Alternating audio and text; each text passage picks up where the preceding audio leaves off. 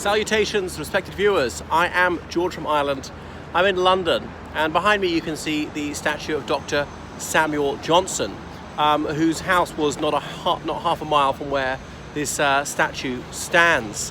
So he's best known for being the author of one of the earliest English dictionaries, not the very first one. And he was a London character of the 18th century, well known in literary society. We're quite close to Grub Street, where a lot of hack writers plied their trade, and I suppose he was one of them in the early days. So he came from Lichfield in Staffordshire, that's in the West Midlands of England, and his father was a bookseller. Now, Samuel Johnson was almost blind in one eye and had very poor gross motor skills, so had very limited hand-eye coordination, was no good at sports. He was always inclined to corpulence. So he couldn't afford to join in games with other boys, but he was a voracious reader. And as a bookworm, he became incredibly learned. Fortunately, he grew up around so many tomes scattered around the house as well as his father's shop. So very unusually in those days, after Lichfield Cathedral School, he went up to Oxford University. So he matriculated at Pembroke College, Oxford. There were only about a dozen colleges in Oxford University at the time. Remember, in the 18th century, a large minority of people didn't go to school at all. Many only went for a few years. So going to university was really exceptional. Under 1% of the population would have gone on to university. Boys only, of course. So he studied there in a desultory fashion, not especially stimulated by the curriculum, which relied very heavily on Latin and ancient Greek, though nobody doubted his erudition. It often strayed well beyond the curriculum and didn't really do what he was supposed to be doing. He was a communicant of the Church of England, and he remained a zealous believer all his life. He acknowledged that he'd been attracted to the Jacobite cause in his youth, but obviously there was a 1745, he didn't throw in his lot there. That's the idea that James II's descendants, his son and his grandson, should come back and claim the crown, boot out the Hanoverians. They were usurpers. Now, very few members of the Church of England agreed with the Jacobite cause. The tiny Catholic minority in England did, and he wasn't one of them. Anyway, whilst he was at Oxford, he suddenly went down. He didn't graduate, and it's not quite clear why. It's in the middle of a week even, and he'd lied when he was going in, and on the sort of registry book he'd written he was the son of a gentleman. In fact, he was the son of a tradesman, being a very socially stratified society at the time. So there was structured inegalitarianism in law and so on. Why did he suddenly return to Lichfield? It's not clear. Perhaps his father's health had taken a turn for the worse, had to take over the business. There's no reason was stated. Could it be that he'd really exhausted his funds? We don't know, but he never returned to Oxford University. But he was still considered a highly educated man, having attended university even only for a year and a half and not got a degree. So lots of boys used to leave early without graduating, and that wasn't considered a disgrace or a failure as it is these days.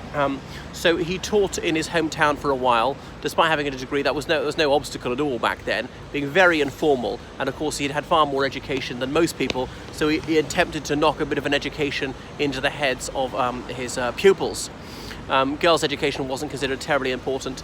Very few girls went to school into their teens, usually leaving, say, at the age of 12, if indeed they got to go to school at all. So then he gravitated towards London. And remember, the British Empire was not quite at zenith, but was certainly mighty, was the main transoceanic empire, obviously from the 1560s due to eclipse the French Empire. This was an increasingly cosmopolitan city. Obviously people from nearby continental countries such as the German states, or Denmark, France, were to be found here, but people from Africa, often via the Caribbean, were here. The population of London might have been 1% black and not quite 1% Indian, because the East India Company was trading with South Asia, not just what we now call modern India, and likewise to Southeast Asia. So he came down here and tried to make a living for himself as a writer, as a journalist, writing toward whatever any people wanted. And so it was a precarious living. It was hand to mouth. He never knew when the next month's rent was coming from. I'm not quite sure I can say you don't know where the next meal is coming from. But he was a man of prodigious gifts, and he used them to great effect. He married a woman considerably older than himself, but they were never blessed with children. And she died after only several years of marriage, a blow which he felt very deeply. Well, then his affections were feline, and he would let his cats wander all over them. He wasn't at all keen on dogs. So he was a highly eccentric person, and he may well have had Asperger's syndrome, something of that nature. Would talk more or less non-stop, seemed to have highly inapposite facial expressions, speak almost in a monotone, and be overly formal and florid and polysyllabic in his speech. Right, so he had this prejudice against our Scottish brethren, and he liked to make all sorts of caustic remarks about the Caledonians. And then one time, very close to here at Covent Garden, he was introduced to a young Scotsman named James Boswell, an advocate, that's to say a barrister in Scotland. But the two hit it off and got on famously well. So I filmed Boswell's house in Edinburgh, and old Boswell had a house in London I can show you some other time. And so Boswell more or less became his amanuensis and later published The Life of Johnson, having taken down every gem of this man's conversation, so it would seem. So he was willing to overcome his prejudice and put his beliefs to the test. He travelled up to Scotland and stayed in Edinburgh for a while, travelled around a bit, part of riding this tour of the island of Great Britain. And there's a plaque in Edinburgh on the side of the building where he stayed. The original building doesn't exist. So there you can see, reading out of a book as he would have been most of the time. Now, for his literary efforts, he was later awarded LLD, like a Doctor of Laws, as an honorary degree, and from then on was often known as Dr. Johnson. Doctor being a highly unusual title back then. There weren't many physicians, and there was no such thing as a substantive doctorate in this country till the late 19th century. It was copied from the United States. Germany had been doing it for some time. So he actually loathed the appellation Dr. Johnson, but we've stuck with it. Anyway, so you can see some books under his feet. What else? He really had a sort of a Gordian knot attitude to arguments he thought were ridiculous. There was George Berkeley, this Bishop of Ross, as in that's in Ireland, Ross Carbery it is properly. I've been into the cathedral where he ministered. George Berkeley, after whom Berkeley University of the United States is named, he argued that physical matter didn't actually exist, it only appeared to do so. Now, he quickly deduced that this was complete bunkum. So how could he expose this as furphy straight away? When they were walking outside of church, having heard that sermon, which he thought was completely ludicrous, someone said, well, what's your refutation of it? And he said, I refute it thus, and kicked a stone. Well, clearly that stone does exist, and my foot might hurt from kicking it. So he would hold court at his bookshop. He had that to add to what else he was doing. He felt the most withering disdain for the American Revolution, and he attacked it in the most coruscating prose, taxation, no tyranny, saying that it was preposterous for people in the 13 colonies, as they then were, to claim that being forced to pay tax was oppressive. It wasn't in the least so, that all governments do this. Now, he somewhat sized up the issue of, yes, but they're not represented in that legislature that taxes them. Now, he did say, yes, but their ancestors departed these shores to settle in the New World, as we then called it, knowing that they would not be represented in the Parliament of the mother country, so they implicitly accepted that, and therefore it behoves their descendants to honour the compact made by their forebearers with the mother country. A thin argument, I think you might concur. I know that Benjamin Franklin obviously said, well, two can play at that game. We'll turn this on its head and say, well, what about England paying to the Anglo-Saxons, because that's where they came from, with Hengst and Horsa in the 5th century AD, and the King of Prussia now rules some of the lands from whence they came, therefore the English owe him back taxes of, goodness, how many centuries would that be? About 13 centuries.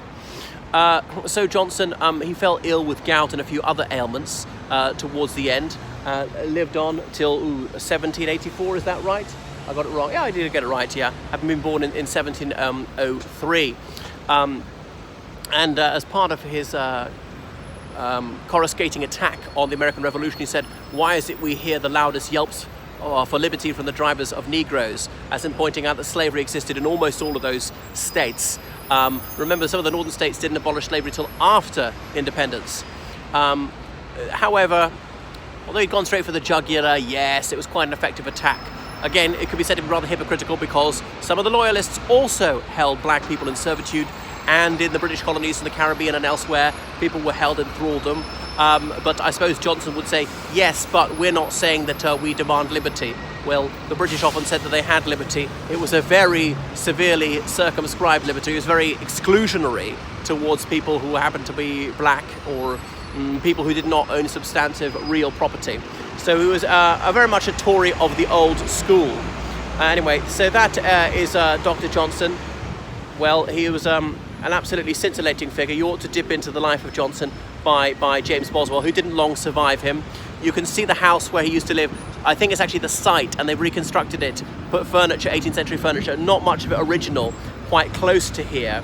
So that is the very fantastic Dr. Johnson, but I have to contract his gem of a phrase, because I don't remember quite the way he put it, but when you're tired of London, you're tired of life. Or it says something like that London has all the pleasures that life could afford, and blah, blah, blah. But I heartily agree with that dictum of his, tired of London, tired of life. So book me as your tour guide in London, and follow me on Twitter, Instagram, Facebook, and do online lessons with me in English, history, English as a foreign language, religious studies, geography, politics, law, French, and lots of other things. Get me to help you with coursework, dissertation, theses, elocution, interview preparation, and educational consultancy. Toodaloo.